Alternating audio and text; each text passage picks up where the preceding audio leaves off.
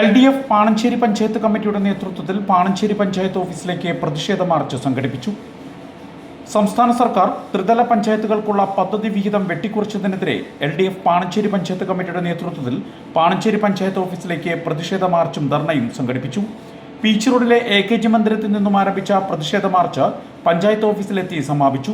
തുടർന്ന് നടന്ന ധർണ CPM Mannuthy area committee secretary MS Pradeep Kumar ഉദ്ഘാടനം ചെയ്തു.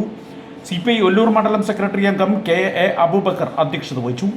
കേരള കോൺഗ്രസ് M നേതാവ് baby Nellikuzhi, CPIM Mannuthy area committee അംഗവും ബ്ലോക്ക് പഞ്ചായത്ത് വൈസ് പ്രസിഡന്റുമായ മാത്യു നൈനാൻ, NCP നേതാവ് എബിൻ ഗോപുരം, നേതാക്കളായ LDF നേതാക്കളായ Manu Puthiyamadom, VC Sujith, Sanil Vaniyampara, Roy CD, KK ഷൂജൻ, Savitri Sadanandan, EM Varghese, KV ചന്ദ്രൻ, M Balakrishnan, PV Sudevan, Jinesh PG എന്നിവർ പരിപാടിയിൽ പങ്കെടുത്ത് സംസാരിച്ചു.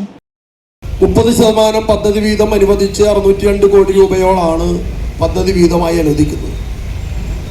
എന്നാൽ UDF സർക്കാർ വന്ന് മുഖ്യമന്ത്രി തന്നെ ധനകാര്യമന്ത്രിയായി ചുമതലയെടുത്ത് ബജറ്റ് പ്രഖ്യാപനം നടത്തിയപ്പോൾ ആ സംഖ്യ 177 കോടി രൂപയായി 602 കോടി എന്നുള്ളത് വെട്ടിച്ചുരുക്കുകയാണ് ഉണ്ടായത്.